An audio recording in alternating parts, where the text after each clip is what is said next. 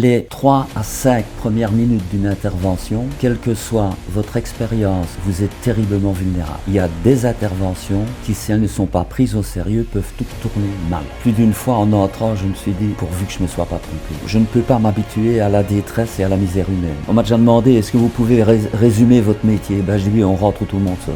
Sapeur-pompier, à 10 ans de moins sur sa vie. Parce que quand j'ai arrêté mon job, qu'est-ce qui m'a le plus manqué? C'est le taux d'adrénaline. Il s'est retrouvé de la vapeur, on a enlevé son pantalon de feu, et la peau est venue avec. Ce qui se passe, c'est dans la fumée. Mettez la main comme ça, vous ne la voyez pas. Le calendrier des pompiers, pour ou contre? Je vais dire que... Bonjour et bienvenue à tous sur Kinefit Studio.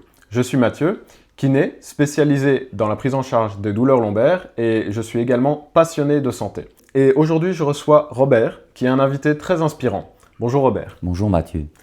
Alors, j'ai eu le privilège de vous soigner et j'ai trouvé au cours de nos discussions et de nos séances de kiné que vous aviez vraiment un parcours inspirant et je voulais vraiment avoir la possibilité de partager ça avec la communauté. Et tout d'abord, un grand merci d'avoir accepté l'invitation.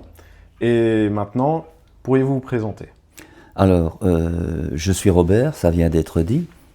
J'ai été sapeur-pompier pendant pratiquement un peu plus de 40 ans. J'ai commencé au bas de l'échelle en tant que sapeur et pour terminer ma carrière en tant qu'adjudant chef de poste à Liège. C'est vraiment intéressant d'imaginer de gravir des échelons comme ça dans le monde des pompiers, puisque ce n'est pas un monde qu'on connaît forcément de près. Alors, je sais qu'il existe les pompiers volontaires et les pompiers professionnels. Donc vous étiez pompier professionnel, c'est ça? Absolument, j'étais pompier professionnel à Liège et c'est vrai que sur la totalité des pompiers en Belgique, 2 tiers sont des pompiers volontaires et 1 tiers sont des pompiers professionnels. Ça fait à peu près 17 000 pompiers au total et à peu près, si ma mémoire est bonne, 5 000 pompiers professionnels. Ah ouais, seulement. C'est peu finalement. On croirait qu'il y en a plus, mais non, enfin, c'est quand même peu, vous trouvez? Qu'en dites-vous? Ben, on dira toujours que c'est peu, mais c'est vrai qu'avoir des pompiers professionnels à disposition, ça correspond quand même à un budget relativement important pour les communes. Alors il y a des corps de pompiers pleinement professionnels, c'était le cas et c'est toujours le cas à Liège. Et puis vous avez des corps de pompiers qui sont mixtes, pompiers professionnels et pompiers volontaires. Ah ouais. Et alors pour devenir pompier professionnel, c'est un parcours spécial. Vous m'avez dit donc que vous avez gravi les échelons. Il y a des formations au début, en cours. Comment? C'est ça. Alors pour entrer comme pompier professionnel, c'est plus ou moins le même parcours pour les volontaires. Hein, okay. Donc pour entrer, il y a maintenant les écoles du feu qui vous donnent une instruction théorique et pratique. Et puis après ça, vous avez forcément des examens. Et après ces examens, quand vous avez réussi, ben vous pouvez intégrer soit un corps de pompiers professionnel, soit un corps de pompiers volontaires ou mixte. Mais au préalable, quelle que soit la catégorie, vous avez des examens, je dis bien, des examens physiques, des examens qui concernent vos connaissances et vos compétences de base dans la vie de tous les jours. Et puis seulement après ça, si vous correspondez, vous pouvez entrer à l'école du feu et après vous pouvez entrer dans un corps de pompiers. Et il y a aussi maintenant, depuis quelques années, les cadets.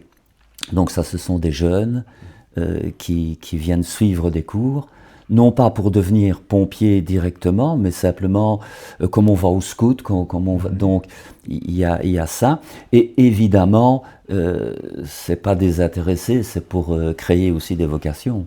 Ah oui. C'est vraiment passionnant d'imaginer que vous avez, comme vous avez dit, une école du feu. Rien que le nom, c'est marquant. Et ça prend combien de temps, un parcours, on va dire, au niveau de cette académie, de cette formation?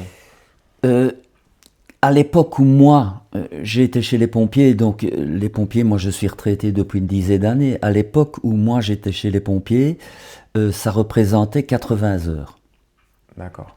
Et puis alors, évidemment, le reste de la formation se fait au niveau des corps de pompiers pour prendre de l'expérience et ainsi de suite. Et là, ça va être différent d'un corps de pompier à l'autre parce qu'il faut savoir que les corps de pompiers sont communaux. Ce n'est pas un organisme d'État comme la protection civile. D'accord. Ah oui, oui, ça ajoute... Provincial plutôt, comme la protection civile. Ou comme l'armée, qui elle est fédérale. Ok, oui, donc ça ajoute vraiment une dimension tout à fait, une nuance qui est importante. Et par exemple, pour gravir les échelons, vous avez d'autres types de formations ou bien c'est avec l'expérience? On est élu? Comment ça se passe? Alors, à l'époque où moi j'ai suivi tous ces cours, il y a des cours qu'on appelait à l'époque les cours de candidats gradés, qui se faisaient au sein du corps des pompiers de Liège. Maintenant, ça se fait à l'école du feu aussi, je pense. Et ça m'a permis, avec l'ancienneté et la réussite de ces cours, de monter en grade jusqu'au grade d'adjudant. Et puis après, il y a les cours d'officier pour celui qui veut continuer. Ce qui n'a pas été mon cas pour des raisons qui me sont propres. Et au niveau des grades, donc c'est un petit peu comme l'armée ou la police que vous m'aviez expliqué.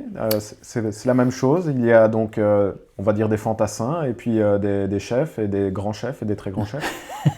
Alors, c'est pas... Donc la police, c'est un autre système. Hein, c'est inspecteur, commissaire, inspecteur. Donc je ne vais pas entrer là-dedans parce que je n'y connais pas grand-chose.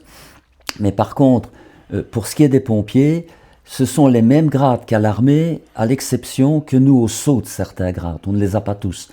Alors, chez les pompiers, c'est sapeur. Donc, ça, c'est l'homme de troupe, si on le remet à l'armée. Puis, il y a caporal. Puis, il y a sergent.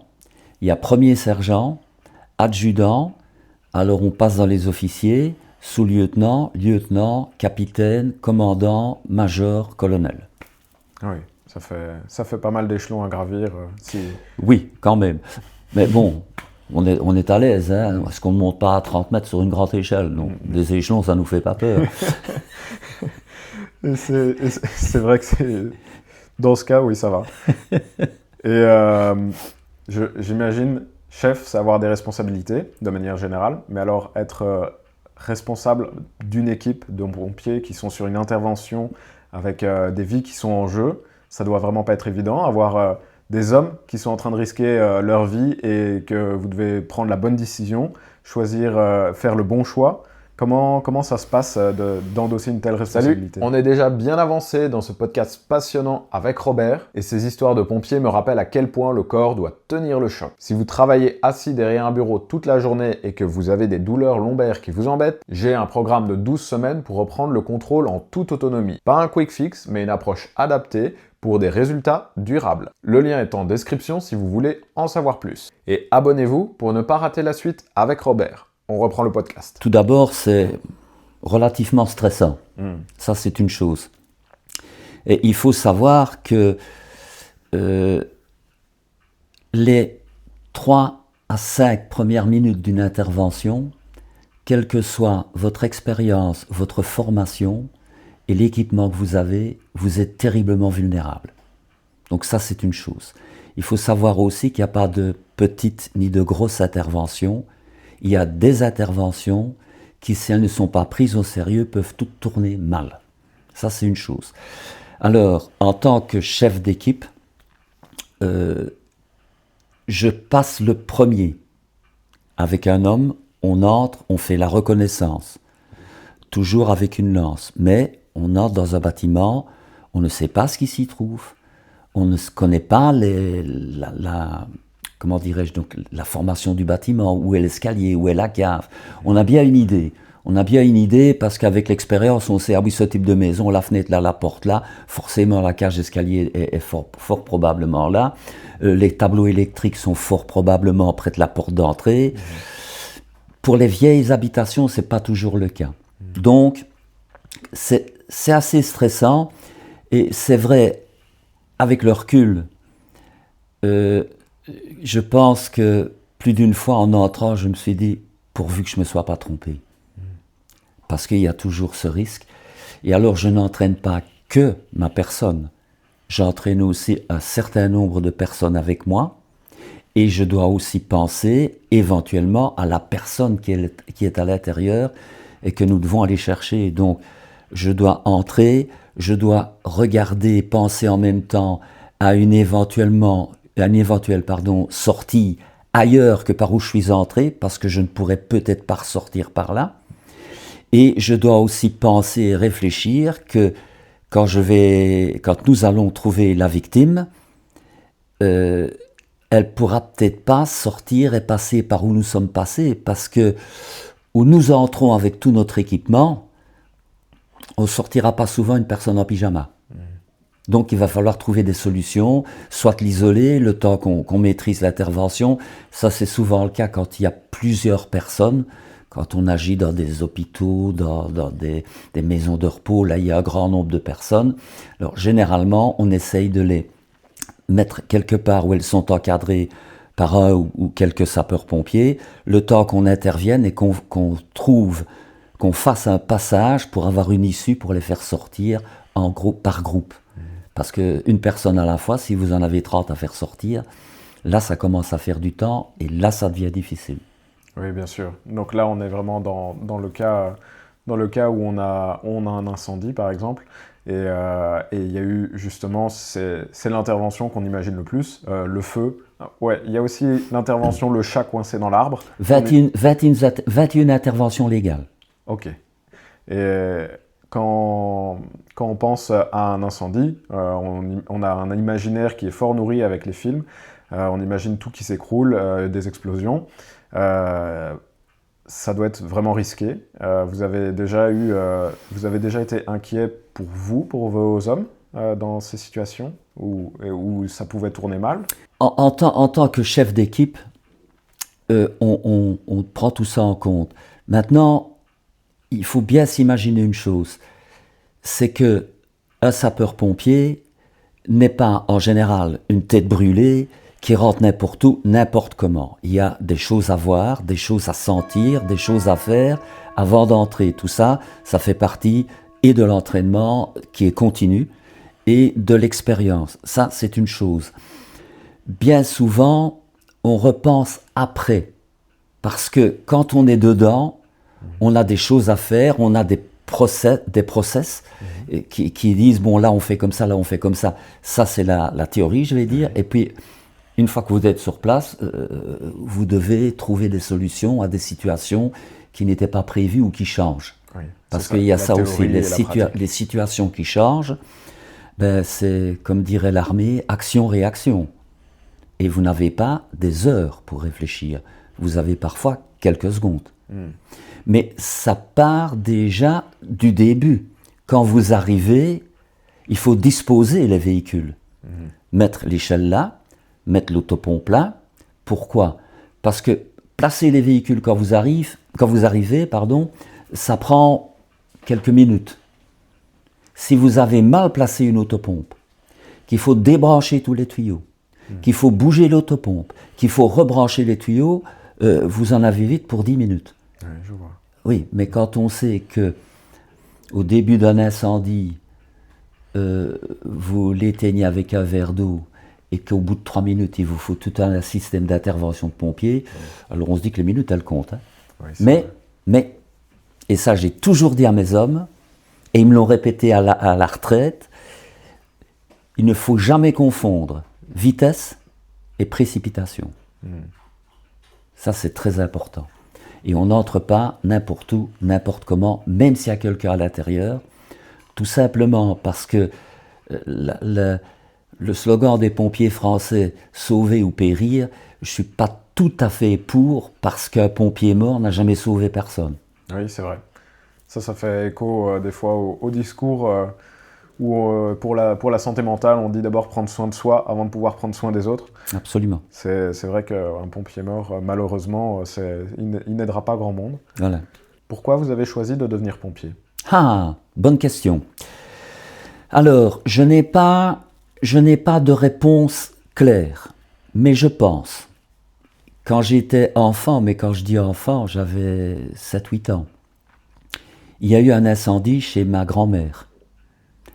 Et j'ai vu arriver ces pompiers. À l'époque, ils avaient des vestes de cuir noir, des casques noirs. Je les ai vus rentrer, je les ai vus sortir, transpirants, noirs de fumée. Je sais que ça m'a impressionné, ça m'a marqué. Et je pense qu'il y a une bonne partie de ce que j'ai vu, de ce que j'ai ressenti à ce moment-là, qui a fait que je me suis dit, un jour, je serai pompier. Mais il y a aussi le fait que, voilà, je ne peux pas, et encore plus avec cette profession, je ne peux pas m'habituer à la détresse et à la misère humaine. Donc voilà, c'était aussi une façon pour moi de faire un métier qui avait un intérêt pour moi et pour les gens qui m'entourent. Et je trouve ça très, très épanouissant et très valorisant de se mettre au service des autres personnes. Et c'est pas une phrase toute faite. Pour moi, elle a une raison d'être. Oui, on sent, hein, c'est émouvant quand vous le dites. Et c'est vrai que je vois ce que vous voulez dire dans cette histoire d'être au service de l'autre. Ça, c'est vraiment épanouissant. C'est là finalement que des fois on ressent le plus de joie, quand on est vraiment le plus désintéressé, en offrant vraiment un cadeau sincère de sa personne. Et alors vous avez aussi dit que vous ne pouviez pas vous habituer à la misère des autres. Et donc là, vous étiez trop aligné avec vos valeurs pour vous dire, pour devenir indifférent par rapport à la souffrance. Oui. Plutôt que de se dire, je préfère laisser ça loin de moi. Les gens souffrent, je ne peux pas prendre toute la souffrance du monde. Mais vous vous êtes dit, je ne peux pas supporter qu'il y ait autant de souffrance. Il faut que j'en prenne une partie sur moi. Et vous en avez fait votre métier alors. Il y a ça, mais il y a surtout ça en intervention. En ce sens que j'ai toujours refusé de faire mon métier strictement mécaniquement. Alors oui, il y a une partie qui est strictement mécaniquement dans l'intervention. Mais, pour citer un exemple, si je suis dans une intervention, que ça soit un crash, que ça soit un incendie, peu importe, et qu'il y a une personne de la famille à proximité, eh bien, même si j'ai besoin de tout mon personnel, je vais divertir un de mes hommes pour aller près de cette famille et être avec eux pour expliquer, pour essayer de les aider. Parce que, je le répète, je ne peux pas m'habituer à la misère humaine.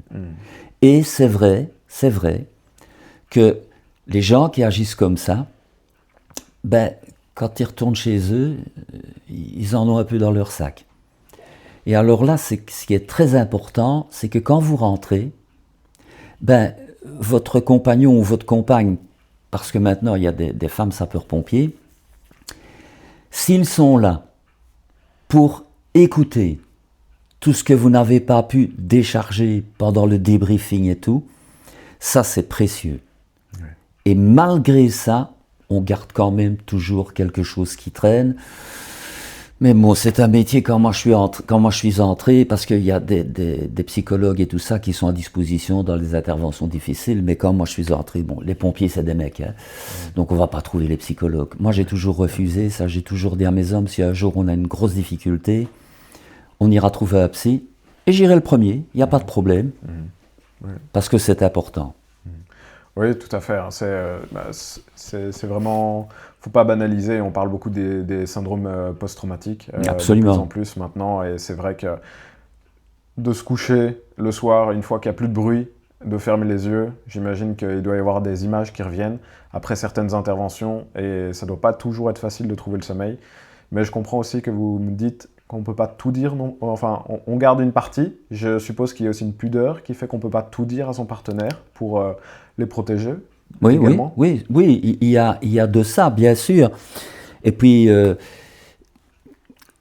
quand on parle de ce qu'on a vécu, il y a des détails qui n'est pas toujours bon de donner.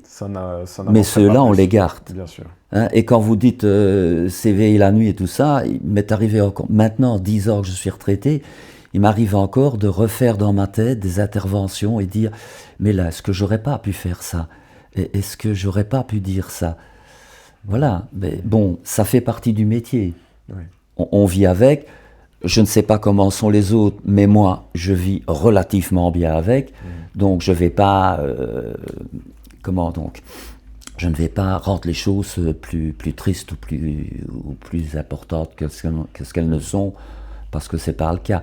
Mais il y a quand même quelque chose que je veux dire, parce que les gens, on m'a dit plusieurs fois, « Ouais, mais vous les pompiers, vous êtes des héros. » Non, on fait un job. Mais c'est vrai que chez les pompiers, il y a des héros. Ce sont les gens qui restent à la maison, la famille, les enfants, la femme ou le mari, quand c'est une femme sapeur-pompier, qui nous voient partir le matin ou qui nous voient partir le soir et qui ne sont pas sûrs de nous voir revenir. Ouais. Eux, c'est des héros. Ouais. Et je peux citer 3 fois où on a téléphoné à ma femme en lui disant « Écoutez, il n'y a pas de problème, il est à l'hôpital, il ne va pas rentrer tout de suite, mais il n'y a pas de gros soucis. C'est simplement pour sa sécurité. » Et aussi, ma femme m'a dit « Quand tu as fini journée, parce qu'elle sait que c'est un métier à haut stress, quand tu as fini journée, tu peux aller boire un verre avec tes collègues, il n'y a pas de problème. Mais téléphone-moi. Parce que quand tu dois rentrer à 8h30, si à 9h tu n'es pas là, là je commence à stresser. » C'est normal. C'est normal. Mais je tiens à le préciser. Je tiens à le préciser. Les vrais héros, c'est nos compagnons ou nos compagnes. Le reste de la famille qui doit vivre avec le fait qu'un membre de la famille ait décidé d'embrasser une telle vocation, en fait. C'est vrai. D'accord. Notre métier, on m'a déjà demandé, est-ce que vous pouvez résumer votre métier? Ben, je dis, on rentre où tout le monde sort. Et en plus, on aide les gens qui ne sont pas sortis à sortir. Voilà. Ça me fait penser, je pense qu'on avait parlé de ça pendant nos séances et vous m'aviez aussi donné l'étymologie de sapeur-pompier. C'est vrai qu'on le répète par habitude. Vous pouvez oui. Alors, dire un mot là-dessus? Au départ, à l'époque napoléonienne, et même avant, hein, mais je prends l'époque napoléonienne à raison. Quand il y avait un incendie dans une ville, comme la plupart des maisons étaient en bois, ils avaient pris comme solution, et je la comprends, de détruire la maison de part et d'autre, les maisons de part et d'autre de celles qui brûlaient. Et les gens qui faisaient ça, c'était le génie de l'armée, c'était les sapeurs. Ah oui. Et après, ces mêmes sapeurs, quand il y a eu des pompes à main à l'époque, on commence à se servir des pompes, c'est devenu des sapeurs-pompiers. Voilà d'où vient le terme. Génial.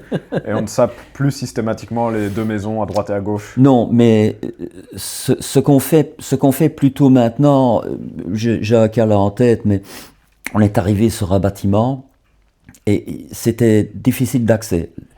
C'était une ruelle étroite, donc le camion ne pouvait même pas pénétrer. Si, le camion pouvait pénétrer, mais on ne savait pas ouvrir les portes. Donc ça, c'était pas une situation d'avenir. Donc le camion est à l'extérieur, on a tiré les tuyaux sur, si ma mémoire est bonne, une bonne centaine de mètres. Et la maison elle était perdue.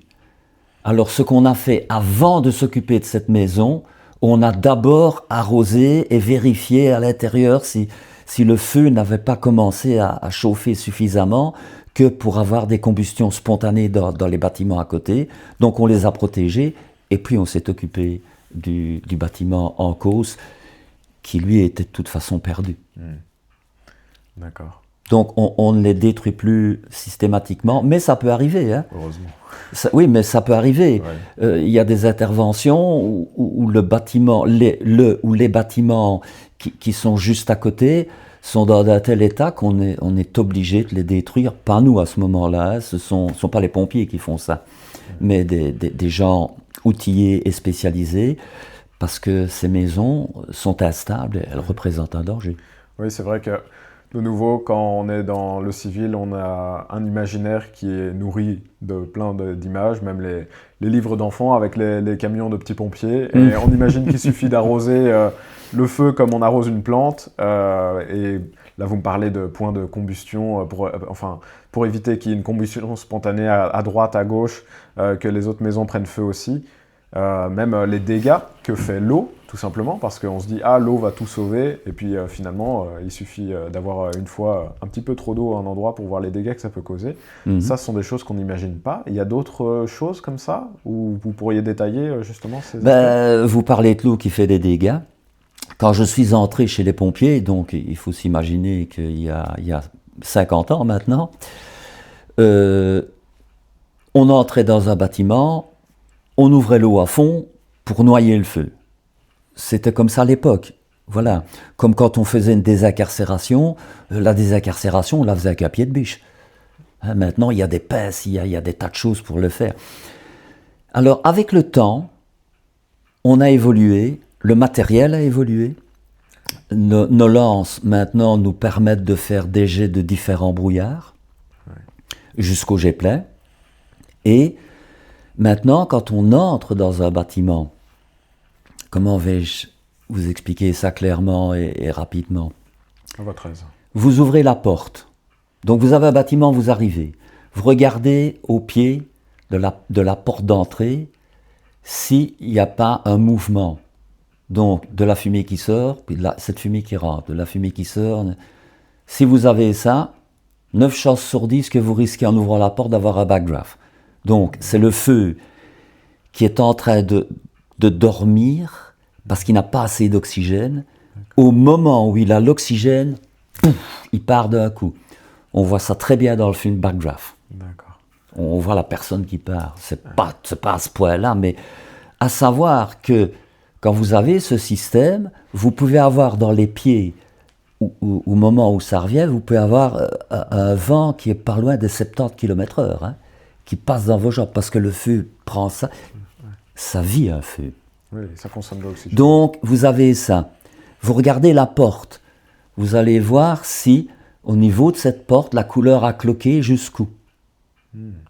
Parce que ça vous permet de savoir où il est le plan neutre. Ça veut dire qu'à partir du moment où le feu prend, il émet des gaz et des fumées et des particules à brûler qui vont monter jusqu'au plafond. Et puis, progressivement, ça brûle et ce plafond descend. Ce plan neutre descend.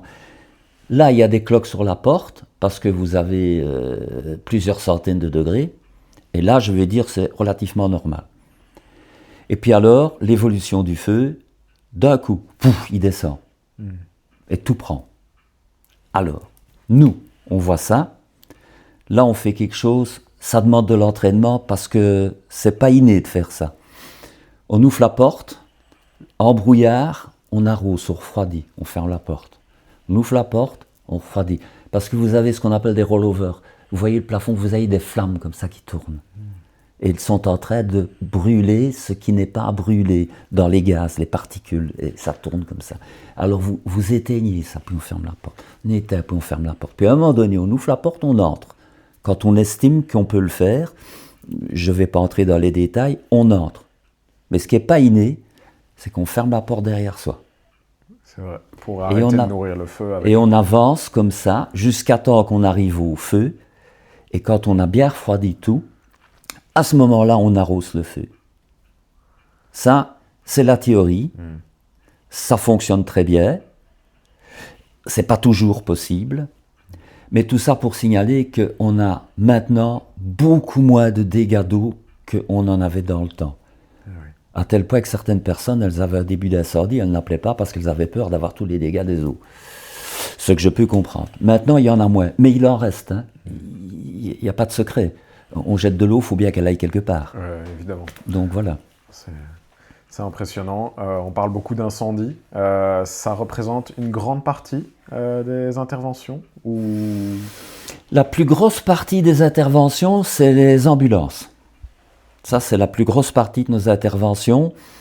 Et puis alors, donc quand on parle d'incendie, c'est parce que ici, je viens de parler d'incendie de bâtiment, mais tout ce qu'on peut retrouver dans l'incendie, c'est les feux de broussailles, les feux de forêt, les feux de ferme, les feux de maison, les feux d'entreprise, c'est tout ça.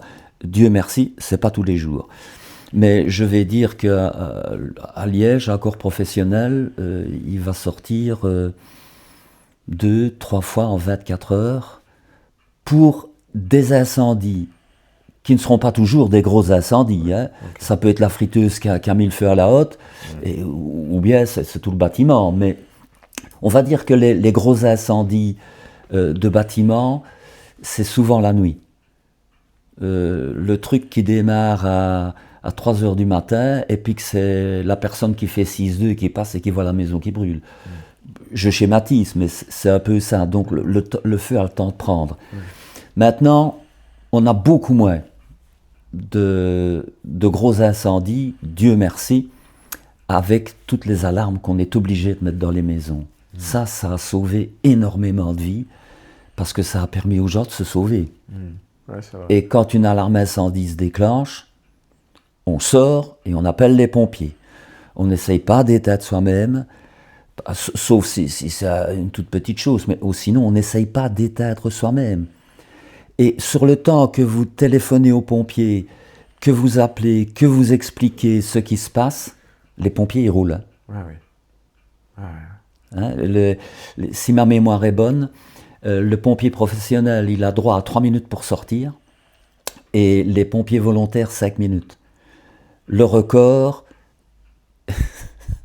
pour le moment, est à Liège, enfin la dernière fois que je l'ai entendu, et on était dans les 30 ou 40 secondes. C'est impressionnant. Et vous avez évoqué les friteuses qui prennent feu. Vous avez une petite liste des accidents domestiques. Par exemple, on parle aussi de laisser la prise, le chargeur branché sur la prise la nuit à éviter, etc. Oui, c'est petites recommandations. Est-ce que tout est vraiment nécessaire, puisque malheureusement, je pense qu'on est beaucoup encore à laisser des multiprises allumées la nuit.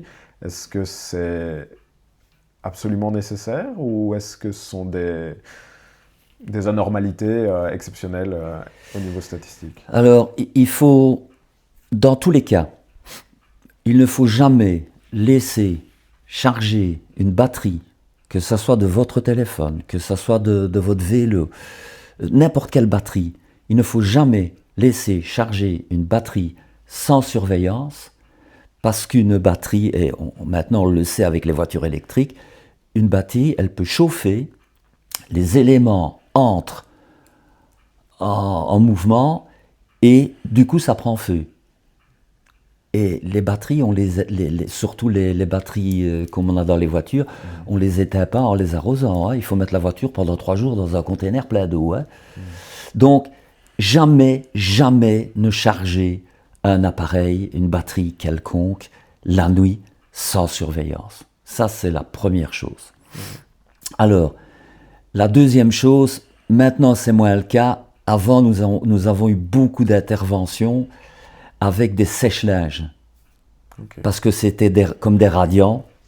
Et la poussière dans les radiants mettait le feu au sèche-linge, qui mettait le feu à la buanderie, qui mettait le feu à la maison. C'est à peu près toujours la même chose. Hein. Et alors, bon, ça c'est pour ces recommandations. Les friteuses. Alors, les friteuses, elles ont des thermostats. Mais, comme tout appareil mécanique ou électronique ou technique, peut avoir des failles. Donc, votre thermostat, il est censé aller, vous y croyez, mais le jour où il ne va pas, vous ne le savez pas. La graisse va chauffer jusqu'au moment où elle va prendre feu. Spontanément, elle va prendre feu parce qu'elle est arrivée à son point d'inflammation. Elle prend feu et elle met le feu à tout. Alors, si vous avez le problème d'un feu de friteuse, ou bien, ça c'est pas triste non plus, hein, on fait un steak au cognac, on met le cognac dedans, puis on l'allume en dessous de la hotte qui fonctionne. Ça, c'est pas une situation d'avenir. Ça, il faut éviter. Voilà, c'est toutes des petites choses de bon sens. Oui, finalement. Mais voilà, on ne le dit pas assez. Et alors, éteindre une friteuse, jamais jeter de l'eau dessus. Parce que la graisse est plus légère que l'eau, elle reste enflammée, et au lieu d'avoir le feu dans la friteuse, vous dispersez le feu partout, y compris sur vous-même. Et je vous garantis qu'une brûlure, ça fait mal. Donc, voilà. Alors, il y a des techniques, c'est bien de les apprendre. On prend le tissu. On ne prend pas le tissu comme ça. On va prendre une serviette, un torchon humide, pas mouillé, humide. Dans l'eau, on le tord, humide. Vous le prenez comme ça, vous repliez les bords devant vos bras. Et vous déposez ça sur la friteuse. D'accord. Et bien sûr, au préalable, il faut couper le courant ou le gaz. Pourquoi ? Le feu, c'est un triangle. Il y a le combustible, le comburant et la chaleur. Si vous voulez que ça s'arrête, il faut supprimer un des trois. Okay. Donc, on coupe la source de chaleur, peu importe ce que c'est. Après, on étouffe le feu. Donc, on a supprimé le comburant, l'oxygène. Et on a cassé le triangle du feu. Mais jamais prendre le drap comme ça. ou bien le faire comme ça, parce que les flammes reviennent ainsi. Toujours prendre comme ça, les bras protégés par la serviette que vous avez en main, et la déposer. J'imagine que pour faire ça en tant que civil, il faut déjà un fameux sang-froid, donc je ne sais pas si beaucoup y arriveront, mais c'est vrai que c'est toujours bien de savoir comment le faire. Je préfère l'expliquer que d'avoir quelqu'un qui m'a dit « Ah oui, il faut mettre une serviette dessus, on jette la serviette, et puis c'est parti. » c'est certain, c'est certain. C'est impressionnant parce que là, on est en période estivale, au moment où on enregistre, et évidemment, comme tous les ans, malheureusement, il y a beaucoup d'incendies qui déciment des hectares entiers. Et j'étais impressionné parce que je me disais, mais pendant des centaines, des milliers d'années, on ne maîtrisait pas le feu. Les animaux n'allumaient pas de feu, en théorie. Donc il y avait certainement des feux de broussailles qui devaient démarrer à l'époque. Mais c'est impressionnant puisque c'est à la fois notre issue de secours d'avoir commencé à maîtriser le feu, et ça a été également une malédiction puisque est venu en parallèle des tas d'accidents et pareil pour l'électricité. Ça a certainement augmenté les courts-circuits, effectivement. Un certain nombre de départs de feu également. Tout à fait. Mais il faut savoir que les anciens pratiquaient ce qu'on appelle des coupe-feux. Dans les forêts. Dans les forêts, partout où il y a des broussailles, ça c'est une chose. Les Amérindiens, ils avaient des techniques de feu volontaires et maîtrisées pour empêcher des feux plus importants. Donc nos anciens, je ne les connais pas toutes, mais nos anciens avaient des techniques pour éviter la propagation du feu. Maintenant, c'est clair que le réchauffement climatique, l'inconscience des gens aussi. Normalement, on ne peut plus faire de feu dans son jardin. Ça, c'est une chose. Il y a quand même encore des gens qui le font. On ne fait jamais de feu quand il fait chaud à mourir, quand il fait bien sec, et surtout quand il y a vent d'est. Parce que là, c'est un vent sec. Là, vous avez une haie de 40 ou 50 mètres qui part en quelques minutes. Et on ne sait rien faire. Moi, j'ai eu le cas de quelqu'un, un jour de nuit, on nous appelle, monsieur, on voit des flammes, on arrive sur place. Le monsieur était chez lui, et il était en train de brûler des broussailles, et il était là avec sa pelle. Et j'ai dit, monsieur, est-ce que vous vous rendez compte de ce que vous faites? Alors il me dit, oui, mais je maîtrise, j'ai ma pelle. J'ai dit, monsieur, vous êtes en dessous d'un sapel. J'ai dit, et vous en avez tout autour de vous. Vous vous rendez pas compte? Si ça démarre vraiment, lâchez votre pelle et partez, parce que vous n'aurez aucune chance de l'arrêter. Voilà.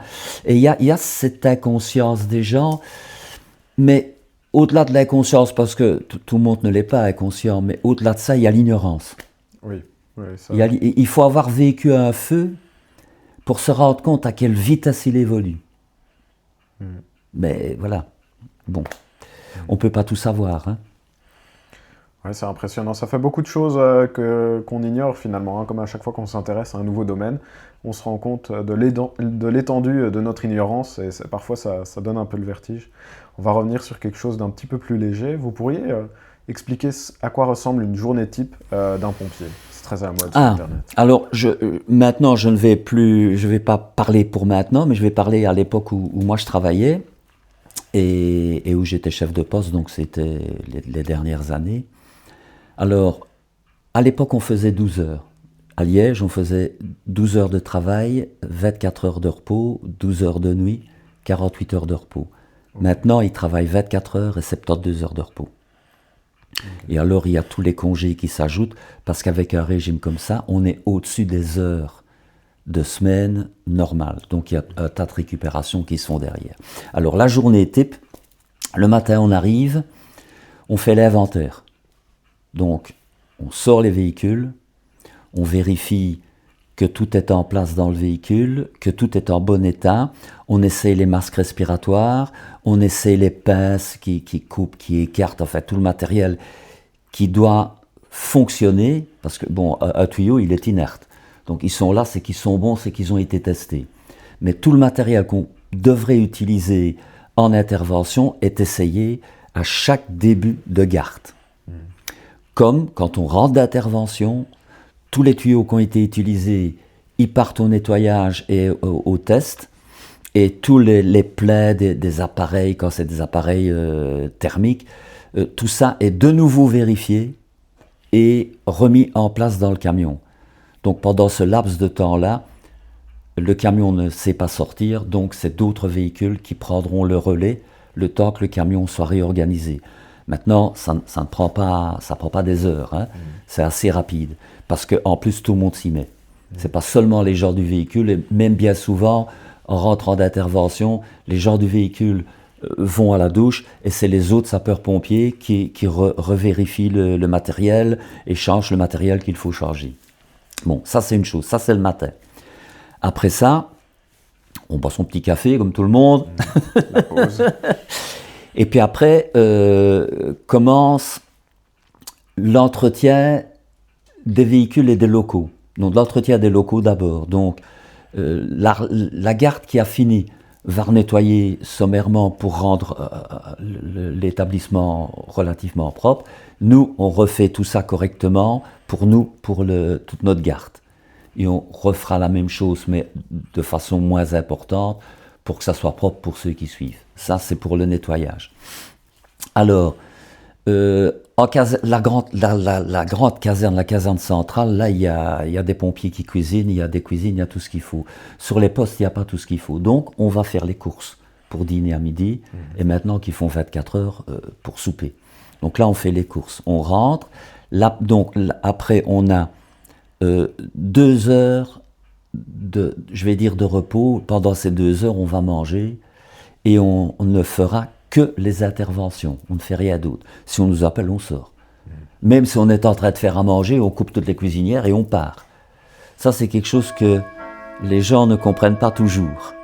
C'est que quoi qu'on fasse, aussi important dans notre tête, ce qu'on fait, non. On sonne, on sort. On laisse tout tomber et on sort. Donc ça, c'est une chose. Après ces 2 heures-là, il y a l'entretien du véhicule. Donc, on va laver le véhicule s'il est sale, s'il y a du matériel qui doit être nettoyé parce qu'ils sont sortis la nuit, ils n'ont pas nettoyé. Il est en état, mais il n'est pas nettoyé. Donc, on renettoie, on remet tout ça en ordre. Et alors, il y a les exercices et la théorie. Donc, il y a des cours théoriques qu'on fait autour du bureau. Dans les postes, on fait ça dans le réfectoire de façon agréable. C'est jamais un cours carré, tout le monde doit se taire. Non, on fait ça. Et chacun donne son avis. Ah oui, pourquoi est-ce qu'on fait comme ça? Donc, on répond aux questions aussi. Et puis alors, il y a les exercices. Alors, à la caserne, il y a des instructeurs et tout ça qui peuvent le faire. Sur poste, c'était moi qui donnais la théorie, qui donnait les exercices. Et je me suis toujours efforcé de rendre les exercices le plus vrai possible et le plus agréable possible, avec un débriefing après, pour que tout le monde prenne conscience. Oui, ça n'a pas été. Le but, c'était pas de dire, c'est parce que c'est toi qui l'as pas bien fait. Non, le but, c'est de dire, ça n'a pas fonctionné. Pourquoi? Pour telle et telle raison. Qu'est-ce que nous pouvons faire pour ne pas que ça se reproduise? Oui. Pas toujours, sauf si l'erreur est vraiment flagrante. Ça fait 10 ans que tu es là, t'as pas encore compris. Ah oui, j'ai loupé ça. Ça peut arriver à tout le monde. Hein. Ça m'est arrivé à moi aussi. Hein. Donc il y a les exercices le plus proche possible d'une réalité. Je prends les désacarts, par exemple des incarcérations, pour dire le mot en entier. Des incarcérations, vous mettez la voiture au milieu de la cour. Vous sortez les pèses, vous sortez tout. Et vous commencez à couper la voiture. On ne la coupe pas n'importe comment. Il y a des endroits clés pour couper la voiture, pour pouvoir sortir la victime. Au milieu du parking, vous l'avez fait 10 fois, ça va, c'est bon, hein, vous savez comment ça va. Donc moi, je me suis toujours efforcé de mettre la voiture dans une situation, soit sur le flanc, soit sur le toit. J'avais l'avantage d'être près des bois, au Sartillement. Donc je la mettais dans un coin où il y avait un arbre sur le côté ou quoi. J'ai toujours pris la peine de mettre un de mes hommes dans la voiture. Et puis alors, on faisait la désincarcération, alors en insistant, la voiture ne doit plus bouger, elle doit être stable. Dire tout ce qu'on fait à la victime, tout ce qui va arriver, les bruits et tout. Alors ça, c'est beaucoup plus motivant Parce que le personnel qui le fait se trouve dans une situation proche de la réalité. Oui, c'est stimulant. Si un jour il retrouve quelque chose d'approchant, il l'aura déjà fait. Oui, c'est ça. Donc il n'aura plus besoin de se tracasser que pour ce qui n'a pas été fait ou ce qui va arriver. Mais il y a toute une partie qui sera intégrée dont on ne doit plus y réfléchir. Et puis très important, en tout cas pour moi, en tout cas pour moi, c'est le pompier qui était dedans. Parce qu'à chaque fois, quand il est sorti, j'ai dit alors, il dit c'est impressionnant. Le bruit, tout ce qui remue autour, c'est vraiment impressionnant. Et moi de lui dire, toi tu es sapeur-pompier, tu es en exercice, tu sais ce qu'on va faire. Imagine-toi celui qui vient de faire 3 tonneaux, qui est dans le ravin, et puis on arrive comme ça, il est mal, il ne sait plus où il est.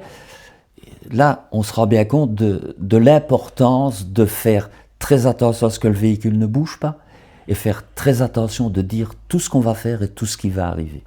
Oui, c'est vrai que nous, quand on est formé aux écoles de kiné, par exemple, on alterne, on essaye les mobilisations un coup sur l'un, un coup sur l'autre, et ça permet aussi de se rendre compte, tiens, quand lui, il me fait cette mobilisation, je ressens ça, tiens, ça fait mal en fait quand on va au-delà, donc moi, quand je le ferai à quelqu'un, quand on est un petit peu doué d'empathie, eh bien, on ressent ce qu'on est en train d'exercer comme pression ou comme mobilisation à quelqu'un. Donc oui, je vois tout à fait ce que c'est. C'est vrai que c'est très stimulant comme méthode pédagogique. Et je pense que ça a dû vraiment porter ses fruits pour les hommes que vous avez eus. Je pense parce que je connais maintenant d'autres pompiers, entre autres un officier ici à Namur, qui a l'occasion de travailler avec des hommes qui étaient sur mon poste et de me dire tel, parce qu'il les a vus sur la photo que vous avez vu en entrant. Ah oui, mais tel, il est à oui, il est comme volontaire à oui, et tout ça. Je dis oui, ils sont super. Hein. Donc, il n'y a rien à leur dire, ils sont super. Donc, je me dis quelque part, ah oui, tout le temps que j'ai pris, avec plaisir, mais tout le temps que j'ai pris à les former en formation continue, tout le temps que j'ai pris à leur expliquer les risques, les dangers, ça porte ses fruits et ça c'est un beau cadeau. Oui, j'imagine que ça doit vraiment être un cadeau inestimable, une belle récompense. Oui, et aussi certains que j'ai vus quand je les rencontre et qui viennent me trouver. C'est toujours bon, oui. C'est parce qu'on a la lumière qui s'éteint. Ah oui, d'accord. Et quand j'en ai rencontré quelques-uns à l'enterrement de notre collègue, là, et qui viennent me trouver, puis alors j'ai d'autres pompiers qui viennent me trouver et qui me disent « t'avais l'air estimé, là, de ton personnel, quand on voit comment ils viennent, du personnel, pas seulement du maire, qui viennent te voir. » Je dis « oui, enfin, pour moi c'est normal que quand on voit quelqu'un, on va le saluer, mais bon, voilà. » Ah ouais, c'est super. Comme dans l'armée, dans la police, on imagine des moments de franche camaraderie entre les équipes. Est-ce que c'était vraiment ça? Vous avez une anecdote touchante ou drôle à raconter? Bon, l'armée, je ne sais pas. La police, je ne sais pas. Mais chez les pompiers, il y a quelque chose qui est très important et on y tient beaucoup à ça. C'est l'esprit de corps. Mais pas l'esprit de corps pour se dédouaner d'une chose ou l'autre, ça n'a rien à voir, c'est autre chose. Mais on est dans le casernement. Et puis, admettons que vous soyez pompier, je vais être un petit peu trivial, on s'engueule. Parce qu'on n'est pas d'accord sur quelque chose, on s'engueule, on râle, on sonne le feu. Ma vie est entre tes mains et ta vie est entre les miennes. On vient de s'engueuler, ça c'est autre chose. Maintenant, on entre en intervention. Tu dois être là pour moi et je dois être là pour toi. Ça, c'est un peu l'esprit qui unit les pompiers.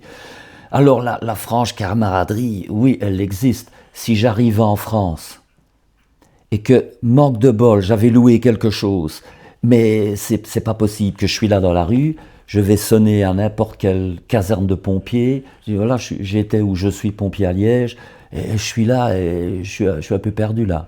J'aurais pas de problème. Et eux, pareil, s'ils viennent ici, il n'y aura pas de problème. Ouais.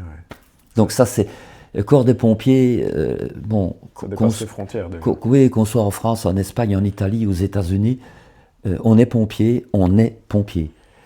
Et si on a des heures de service ou si on est retraité, à partir du moment où on est pompier 24 heures sur 24 et on est pompier même quand on est retraité. C'est un métier particulier. D'abord, c'est un métier passion. Hein. Ça, c'est déjà une chose. Mais c'est vraiment un métier particulier parce que vous êtes lié par le danger pour vous, pour les autres, pour les personnes à l'extérieur. C'est toutes des choses qui lient. Et puis, la souffrance lie. Quand je parle de souffrance, je ne parle pas de blessure. Je parle, faites des exercices ensemble, vous faites de l'éducation physique ensemble. Donc, il y a on fait tout ensemble. Et puis, pour finir, on est liés. Oui, bien sûr. On est liés. Je comprends. Oui, je comprends. En fait, on vit ensemble et en plus, on vit des choses plutôt fortes. Donc, forcément, on s'attache. Et le nombre d'heures aussi, hein, puisqu'on est 24 heures ensemble. Ah oui, bien sûr. Ça, c'est beaucoup plus... C'est marquant. C'est vrai que je pense à mes souvenirs d'internat. Et c'est vrai que là, c'est là où j'ai vraiment vécu des beaux moments de camaraderie aussi. J'ai un souvenir. Je me souviens une fois, j'allais à la douche, c'était des douches individuelles. Et puis au moment d'ouvrir la cabine, donc c'était un rideau que je tirais. Moi, innocent, j'avais vu que c'était éteint. Donc je me disais mathématiquement, il n'y a pas de bruit, c'est éteint et la porte est fermée, il n'y a personne. Je commence à tirer le rideau de douche. Évidemment, il y avait un copain qui m'attendait là. J'ai gueulé. Puis après, on a bien rigolé. Je pense qu'il y avait une vidéo à l'époque. Et c'est vraiment important ce genre de ressenti et d'esprit d'équipe. Je pense que ça. Et puis il y a aussi ça soutient. Les pompiers, la majorité des pompiers, ils sont, comme on dit, jouettes. Hein. On ne se sert pas d'eau pour éteindre l'incendie. Hein. Vous êtes en dessous d'une fenêtre, il faut toujours vous méfier parce qu'il y a toujours bien un seau d'eau qui va descendre. Hein. Et voilà, ou bien on est à l'exercice où on nettoie le matériel et puis on est là avec la lance, puis tout d'un coup, mais ça commence, et puis l'autre qui prend l'autre lance, on monte vite sur le camion. Ça dégénère vite, mais en jeu. Oui. Mais tout ça fait que ça resserre les liens. Et il y en a même certains qui sont parrains de l'enfant d'un autre pompier, ou des témoins de mariage d'un autre pompier. Et il y a tous ces liens. On sort ensemble ou on part en vacances ensemble. Pour finir, il y a une imbrication entre la vie privée, la vie de tous les jours et le métier. Et quand deux pompiers se rencontrent, forcément, ils parlent d'incendie, ils parlent de désaccard. Est-ce que, parce que les gens ne comprennent pas toujours, mais quand on entend un pompier qui dit « Oh, ça c'était un bel incendie », oui, c'est malheureux pour les gens. Mais pour nous, c'était un tel travail, il a fallu faire ça, on a dû mettre tout ça en œuvre. Voilà, c'est ce que ça veut dire. Quand on entend un pompier dire « C'était un bel incendie » ou « C'était une belle désincarcération », c'est pas qu'on ne pense pas à la victime. C'était un défi. Mais c'est un défi qu'il fallait surmonter et qu'on surmonte, généralement. Comme un beau casse-tête, par exemple, Voilà, où on se dit « Ah là là, le Rubik's Cube, là, il était vraiment bien mélangé. Ouais. Vous faites quoi pour votre santé? Comme pompier, à l'époque, vous faisiez quoi? Et maintenant, vous avez encore l'occasion de faire quelque chose en particulier? Ah quand j'étais en fonction, je courais. Ouais. Je faisais de la course à pied. J'avais aussi les cours physiques, parce qu'on avait des profs de gym qui venaient sur les postes. Ça faisait partie, quand je parlais il y a un instant d'entraînement, il y avait aussi ce type d'entraînement. Ouais. Donc oui, je me maintenais en condition physique, que ça soit au niveau des sapeurs-pompiers par obligation, parce que c'était les heures d'entraînement, ou que ça soit en dehors des pompiers, j'allais courir pratiquement tous les jours. Est-ce que le métier de pompier, ça a un impact sur la santé? J'ai une petite idée de la réponse, mais... Oui, ça a un impact sur la santé. Pour certains, post-traumatiques, le choc post-traumatique, ça c'est une chose. Il Il y a aussi un certain nombre de cancers qu'on a remarqués particulièrement liés aux sapeurs-pompiers.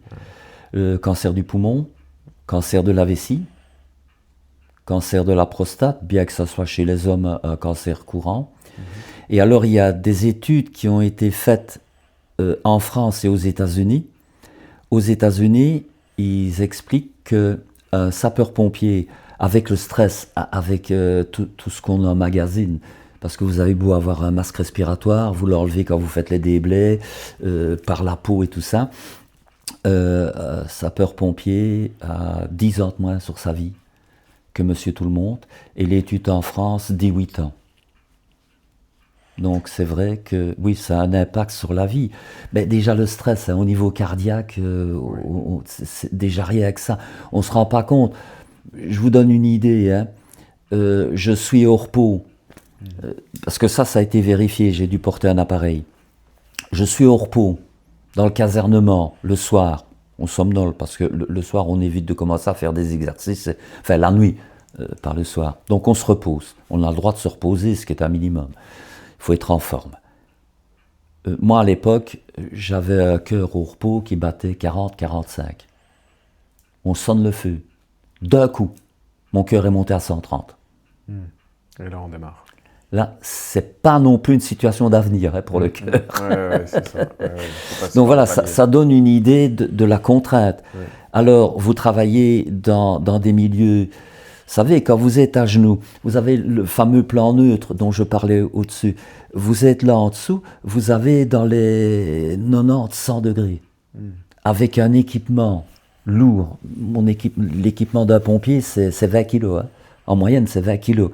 Donc les vêtements, qui en plus, quand ils sont mouillés, sont encore plus lourds. Donc il y a ça. Dans un milieu, le plan neutre descend, vous arrivez dans 200-300 degrés. Hein. Quand vous avez en plus ça, quand il fait 30 degrés, ça vous donne une idée de ce que l'organisme prend. Hein. Ouais, c'est vrai. Et tout ça, quand on cumule ça sur 40 ans de carrière, vivent les pompiers à 67 ans, qui devront tirer un tuyau de 80 kilos. Hein. Moi, je vois pas comment on va faire. Hein. Ouais. À moins qu'on mette des stanins pour monter dans les camions. Et là, j'ai un problème. Hein. Ouais. Je vois ce que vous voulez dire. Hein, moi, j'étais gradé, bien que j'aidais mes hommes, je tirais les tuyaux, c'était pas ça, mais ma plus grosse responsabilité, mon plus gros poids en matériel, c'était ma radio. Hein.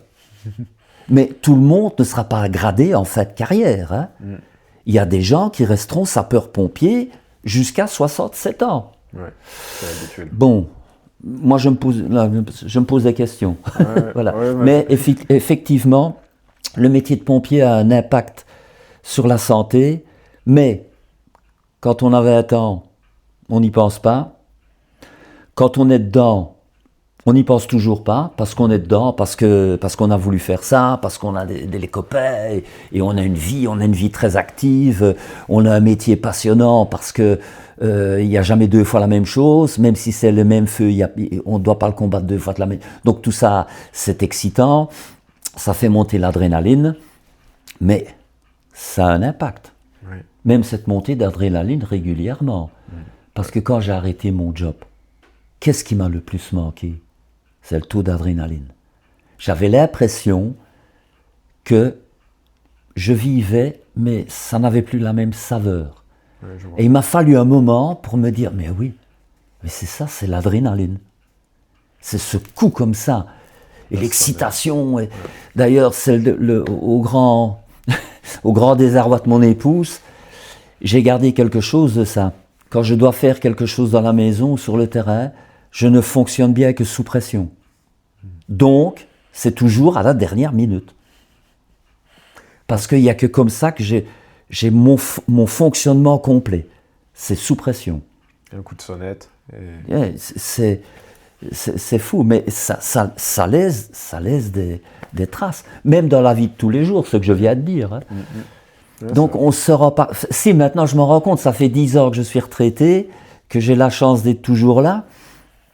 Et je me dis, ben oui, mais ça, tout le monde ne vit pas comme ça. Pourquoi? Et voilà, j'ai des réponses. Voilà, oui, ça a un impact ça a un impact sur la vie de la personne et sur la vie des personnes qui vivent avec.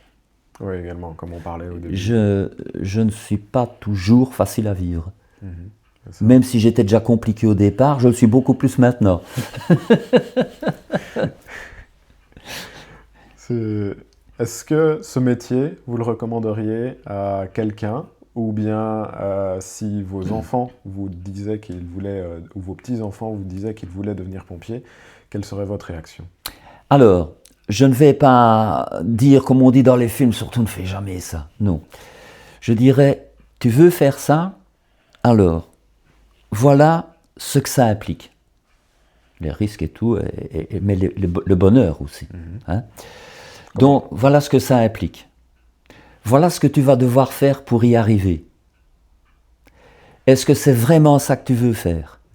Parce que si ce n'est pas vraiment ça que tu veux faire, ça ne va pas aller. Mais si c'est vraiment ça que tu veux faire, c'est un des plus beaux métiers du monde, fais-le. Mais il faut le faire en connaissance de cause. Nous, on a eu chez nous un jeune pompier qui était là, comme c'est le cas maintenant dans tous les métiers. Ce garçon-là, il avait fait les examens pour être policier, pour rentrer à l'armée, à la gendarmerie à l'époque et chez les pompiers, parce qu'il avait besoin de travailler, le gars, tout simplement. Et puis un jour, il va au feu et il rentre, il va à la douche et on ressonne le feu. Ah non, moi je viens de me laver.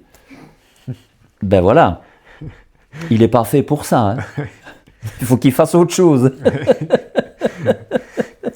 Ben, c'est un exemple, je ne lui en veux pas au gaillard, mais c'est une réaction. Hein. Alors, j'ai vu des pompiers qui sont entrés et qui ont quitté. Il faut le vouloir.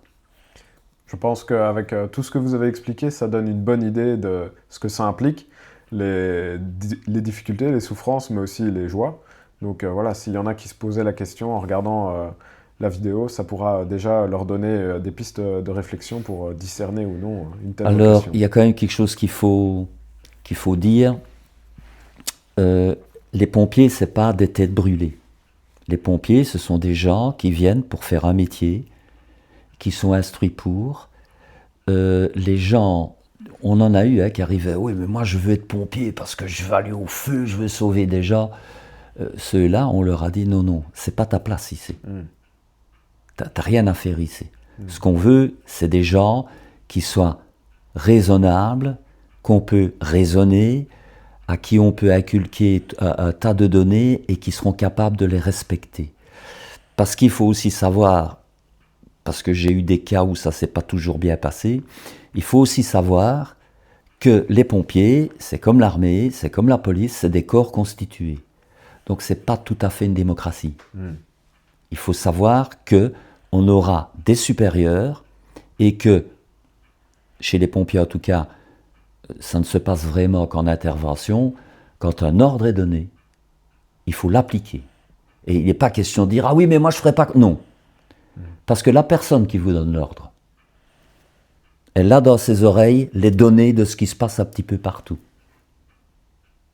Alors elle sait, mais celui qui écoute ne sait pas, il n'a pas les oreilles. Oui. Donc quand il vous dit « Fais ça », il faut le faire. On n'a pas le temps de discuter, on n'a pas le temps de faire de la théorie. Non, tu fais ça parce qu'on n'a pas le temps, il faut que ça soit fait. Et pour expliquer ça, il y a, par exemple, et je vais encore prendre cet exemple parce que je m'en souviens, on part en intervention. On arrive devant le bâtiment et on a su par la radio, là tout le monde l'entend dans le camion, il y a quelqu'un à l'intérieur. Donc on arrive, 2 autopompes, parce qu'il y a toujours 2 autopompes, en tout cas à Liège, mais c'est comme ça, 2 autopompes. Il y en a une qui va par derrière et nous on va par devant. Mais moi j'ai tout ça dans mes oreilles. Le pompier qui est avec moi, il n'a pas ça. Et c'est un jeune. Et à un moment donné, il veut défoncer la porte et rentrer. Je l'attrape par le Harry, son équipement d'air comprimé, je le retire. Il me dit, mais Judas, il y a quelqu'un. Je dis, oui, il y a quelqu'un, mais tu n'entres pas. Alors, quand l'intervention est terminée, je le prends, je dis, viens, je vais te montrer pourquoi je ne t'ai pas laissé entrer. On ouvre la porte, On rentre, et je lui dis, tu ne remarques rien? Il regarde autour de lui, ben, j'ai l'impression qu'il n'y a pas de fumée. Je dis, ça c'est déjà une bonne note, ça veut dire que ça a déjà bien chauffé. Parce que les particules à brûler ont brûlé. Et je dis, tu ne vois rien d'autre? Et il regarde, non, adjudant. Je dis, regarde les interrupteurs. Il regarde les interrupteurs. Oh, qui fait? Les interrupteurs avaient coulé. Je dis, je vais t'expliquer pourquoi je ne t'ai pas laissé rentrer. Parce que moi, j'ai entendu que l'équipe entrait par derrière et qu'ils allaient envoyer l'eau. Alors, qu'est-ce qui se passe? Ben, nous, on était en face avec la porte de devant. Et il y a eu un nuage de vapeur. Si tu ouvres la porte, t'es brûlé. Donc, c'est pour ça que je ne t'ai pas laissé ouvrir la porte. Mais s'il n'écoute pas ce qu'on lui dit et qu'il ouvre la porte parce qu'il ne sait pas, eh ben, il est cramé. Et c'est arrivé à un collègue. Il s'est retrouvé dans de la vapeur, mais là, il ne pouvait pas faire autrement. Il a été surpris, parce que voilà, c'est comme ça, c'est dangereux. On l'a amené dans l'ambulance, on a enlevé son pantalon de feu, et ben, la peau est venue avec. La vapeur, c'est terrifiant. C'est pire que le feu, la vapeur. Parce que le feu, on est conscient, et puis on sait, mais la vapeur, on est pris dans un espace qui est rempli de vapeur, c'est extrêmement dangereux. C'est une belle anecdote, vraiment, c'est émouvant parce que c'est vrai qu'on est dans des générations, même la mienne, hein, je remarque, on a un peu plus difficile avec l'autorité. Et là, comme on expliquait, bah voilà, être pompier, ça implique ça et ça. Et là, vous avez apporté une précision supplémentaire en disant c'est un corps constitué, il y a une autorité, il y a une tête, il y a une hiérarchie, on respecte cette tête et cette hiérarchie. Et c'est pas spécialement parce que c'est despotique, mais parce que des fois, c'est vraiment pour le plus grand bien de tous. Et visiblement, cette fois, absolument, vous lui avez bien sauvé la mise aux jeunes pompiers. Et il a dû s'en souvenir, en tout cas je m'en serais souvenu. Et si vous voulez, on va terminer tout doucement par une section un peu plus je veux bien, détente pour toucher à la fin. J'ai élaboré un petit pour ou contre. C'est vraiment pour dire que ce soit ludique. Je vais vous énoncer trois différents énoncés. Et puis vous me dites si vous êtes pour ou contre. Le calendrier des pompiers, pour ou contre? Je vais dire que je suis pour. Je suis pour, pourquoi? Parce que ça rapporte de l'argent à l'amicale des pompiers, qui, elle, va aider des gerbes de fleurs quand un pompier décède. Quand on doit avoir des lunettes, ben, il y a une partie qui est payée par l'amicale. Donc, pour l'amicale, je suis pour. Et pour le côté amusant aussi, parce que j'ai quelques anecdotes que je ne citerai pas avec des jeunes filles ou des jeunes femmes avec nous. Mais oui, je suis pour parce que c'est marrant. Et en tout cas, à Liège, ça n'a jamais été vulgaire. Oui. Et ça permet aussi, voilà, c'est aussi une certaine identité, mais si ce n'est pas vulgaire, c'est pas non plus, c'est pas dégradant. Et, voilà, et puis ça donne une image des pompiers, on s'est rigolé aussi. Ouais, hein. Voilà, c'est ça. On peut imaginer. Les films de pompiers, pour ou contre? Alors là, qu'est-ce que je vais dire? Moi, je ne les regarde pas. Ça, c'est déjà une chose. Quoiqu'il y en a certains qui sont bien faits. Backdraft, par exemple, est relativement bien fait. Je dis relativement parce qu'il y a quand même des petites choses. Je ne suis pas vraiment pour, et le milieu du cinéma non plus. Parce que dans un film où il y a des pompiers, la vedette, c'est le feu.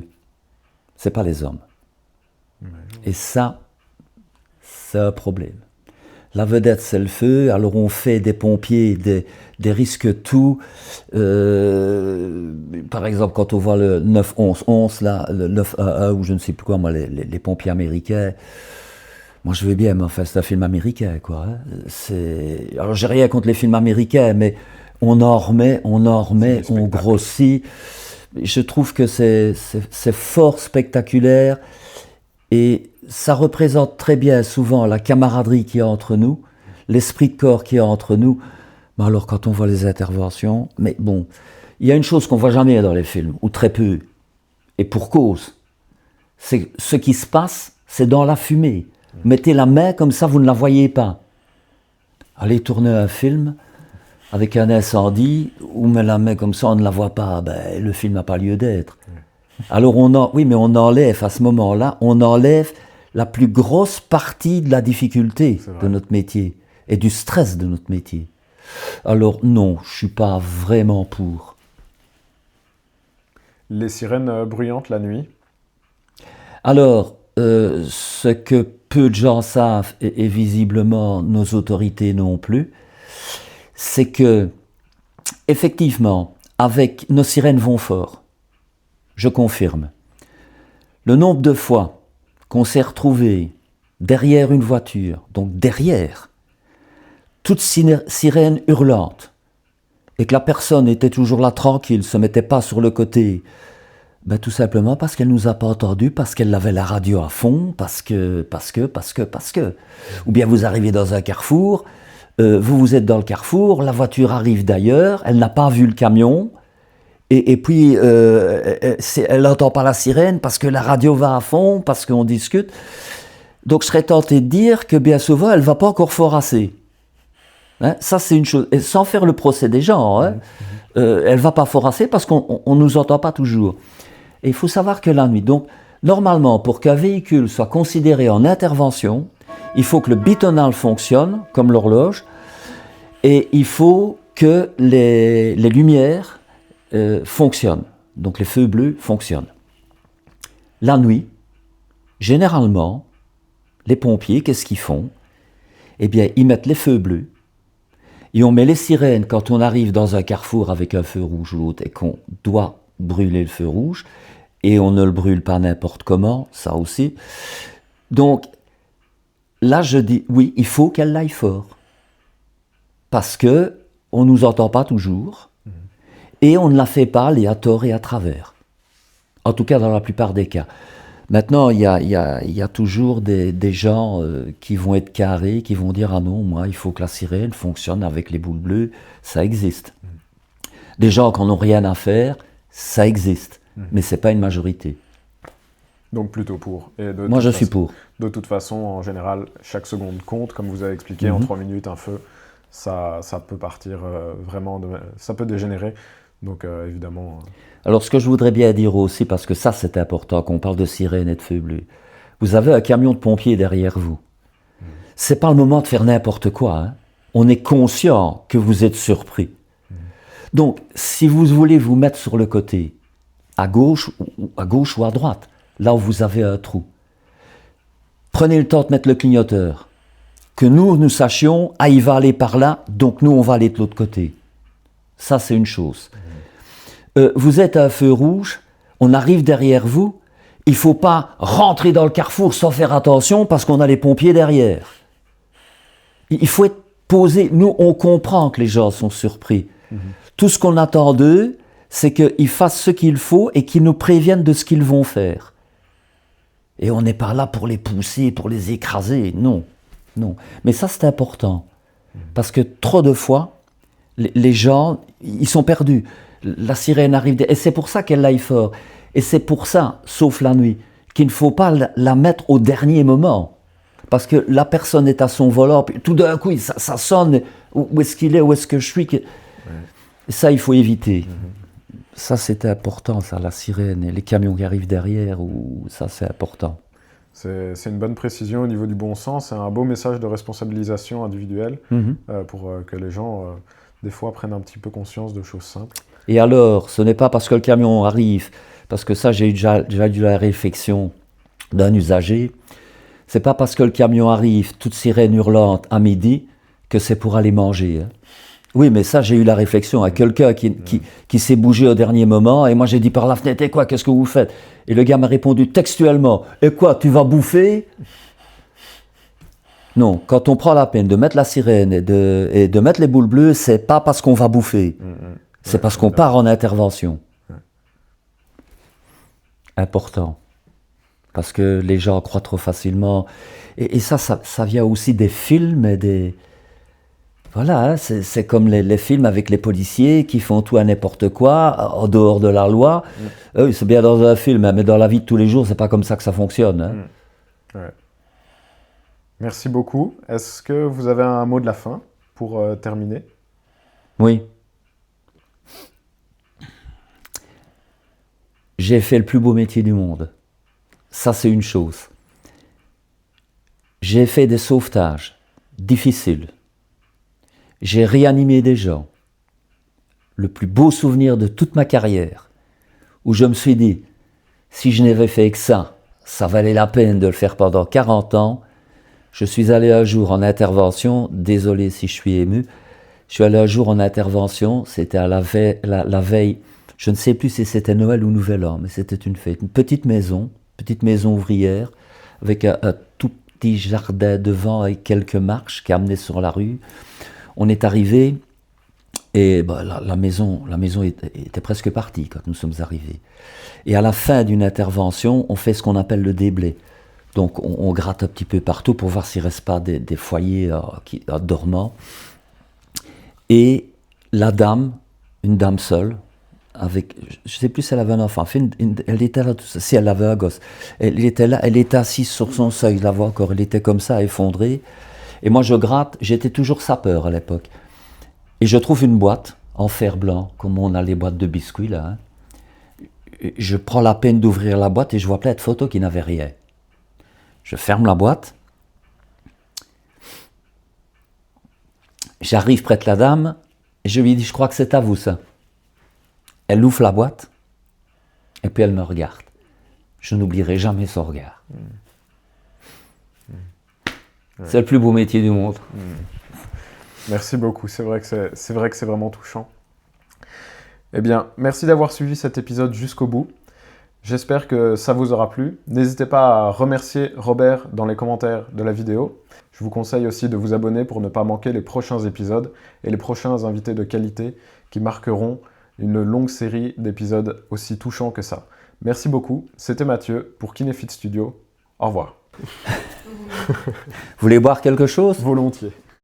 Merci d'avoir écouté ce super podcast avec Robert. Si vous avez un boulot de bureau sédentaire et que vous en avez marre de vos douleurs lombaires dans le dos qui vous ralentissent, j'ai créé un programme de 12 semaines pour vous aider à reprendre le contrôle en toute autonomie pour diminuer durablement vos douleurs et booster votre énergie. Le lien est en description et transformez votre routine dès aujourd'hui.